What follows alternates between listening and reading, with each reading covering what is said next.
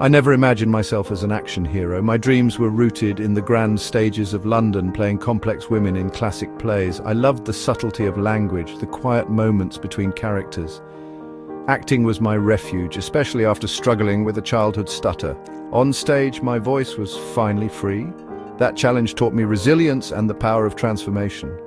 Transitioning to film, I found new intimacy in front of the camera, but the roles were familiar.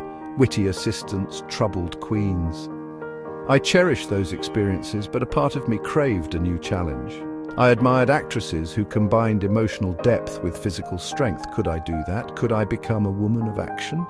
The idea was both terrifying and thrilling, a dare to myself. The industry liked to keep me in a box, but I was ready to push the boundaries. I wanted to see how far I could go.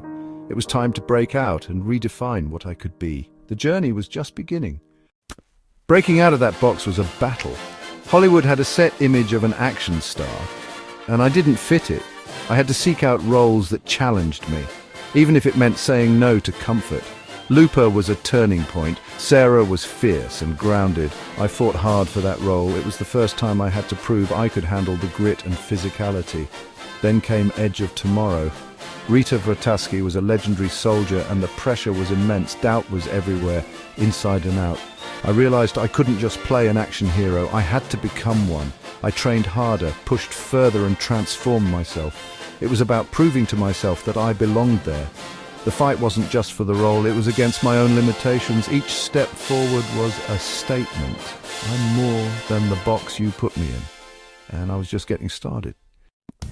Preparing for Edge of Tomorrow was the most intense experience of my life.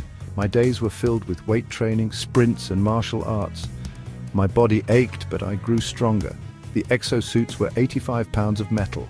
The first time I wore one, I cried. Tom Cruise's tough love pushed me through. We learned to fight and run in those suits. It was exhausting, but essential. For Sicario, the training shifted. I worked with real FBI agents, learning their discipline and tactics. Authenticity was everything. I wanted every movement to feel real. The physical transformation built the character from the outside in. Pushing my body revealed a new kind of mental strength. For Rita, it was relentless repetition. For Kate, unwavering commitment. The training wasn't just about looking the part, it was about finding the soul of the warrior. Every ache, every challenge became part of the story I brought to the screen. That's where the real transformation happened.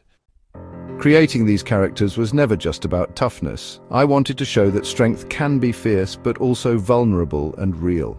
Rita was a legendary warrior, but haunted and exhausted. Kate was competent, but conflicted. Vulnerability made them authentic. Audiences, especially young women, need to see complex female heroes. The response from fans has been deeply rewarding. Proof that people crave real, relatable strength. To be part of that shift in action cinema is a privilege. My advice? Embrace what scares you. Growth happens outside your comfort zone. Don't let others define your limits. Work hard, trust your voice, and own your unique strength. Your power doesn't have to look like anyone else's. Find it and show the world who you truly are.